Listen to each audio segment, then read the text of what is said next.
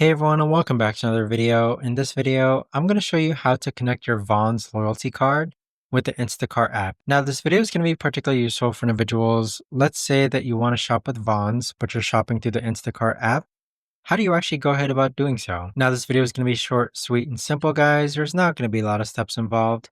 Now, in order to do this, what you're first going to do is click on the profile icon on the upper right-hand corner. Next, go ahead and scroll downwards until you find Add Loyalty Cards. Then from here, you want to scroll down again and then click on Vaughn where it says Add Card. So this is where you could actually sign up for a free account or link an existing account to their loyalty program. But with it, you earn as you shop, you save on gas, and you also save on groceries. But that right there, guys, is the best and easiest way that I know of to actually go ahead and connect your Vaughn's loyalty card with the Instacart app. If you guys know of a better or easier way to actually do this, let me know in the comments down below.